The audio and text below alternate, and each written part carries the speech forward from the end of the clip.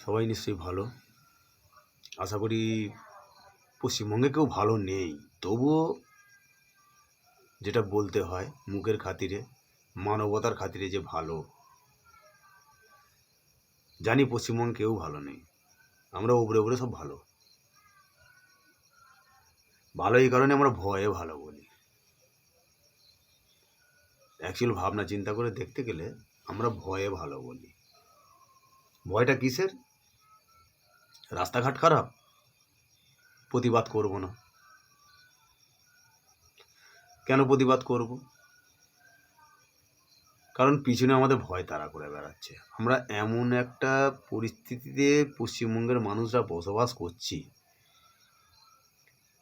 একটা ভয়ের রাক্ষস। সেই রাক্ষসকে আমরা ভয় পেয়ে আমরা দৌড়ে বেড়াচ্ছি এবং আমরা প্রতিবাদের ভাষা ভুলে গেছি। রাস্তাঘাট খারাপ, কোনো প্রতিবাদ করতে পারবো না, মানে করবো না। আমাদের মুখ বন্ধ করে দিয়েছে। লেখাপড়া হচ্ছে না বাচ্চাদের, কোনো প্রতিবাদ করে পড়াশোনার প্রয়োজন নেই তো। ডিগ্রির প্রয়োজন, পড়াশোনার কোনো প্রয়োজন নেই। পড়াশোনা তো উঠে গেছে, পশ্চিমবঙ্গে তো পড়াশোনা উঠে গেছে। প্রতিবাদ আমরা করব না। হসপিটালে তোলাবাজি হচ্ছে, প্রতিবাদ আমরা করব না। কারণ আমাদের ভয়, আমাদের মনের মধ্যে একটা ভয় জন্মেছে। ভয় তাড়া করে বেড়াচ্ছে। যেদিকে যাবে প্রতিবাদ করবে, ওরে বাবা পুলিশে আমাদের রাত্রে তুলে নিয়ে যাবে। তাহলে কি করতে হবে? আমাদের এইভাবে কারোর বিরুদ্ধে কোনো কথা বলতে পারবে না। বললেই তো নয় পার্টির লোক, নয় প্রশাসন তোমার পিছনে দিয়ে দেবে।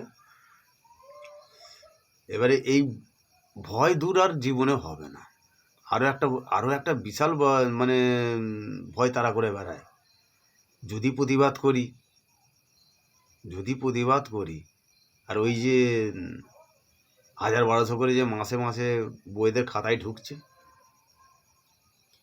ওটা যদি না পায়, যাক না, আমার পেছন থেকে 5000-6000 মাসে যাক। আজ পশ্চিমবঙ্গে এইভাবে কেউ দেখেছে যে আলু 40 টাকা কিলো খেতে হবে একভাবে? 40 টাকা কিলো আলু। পেঁয়াজটা যেহেতু আমাদের পশ্চিমবঙ্গে চাষ হয়, তাই 30 টাকাতেও পাওয়া যায়, 40 টাকাতেও পাওয়া যায়। আলু আমেরিকা থেকে আসে, তার দাম হতেই পারে।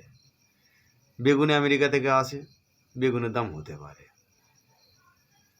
মানে যে কোনো সবজি আমেরিকা থেকে আসছে। তারপরে কিছু হলেই বলবে বন্যা হয়েছে। এই তো মুরগির ডিম মানুষ খাবে 8 টাকা পিস। কারণ মুরগি বন্যায় হ্যাচারি ডুবে গেছে। মুরগিরা বন্যা হয়েছিল এই রাজ্যেই ছিল না, বাইরে চলে গিয়েছিল, বাইরে থেকে ডিম আনতে হচ্ছে। তাহলে পরিস্থিতি কোন জায়গায় যাচ্ছে? মেন ব্যাপার হচ্ছে আমাদের প্রতিবাদ করার ক্ষমতা আমরা হারিয়ে ফেলেছি। তা আর সময় নেই। ওই আর জাগাবারও যে ডেকে জাগানো হবে, ওই যেমন ঘুমোচ্ছ ঘুমো, আর জাগতে হবে না। মানে জেগে ঘুম তো, আর জাগতে হবে না।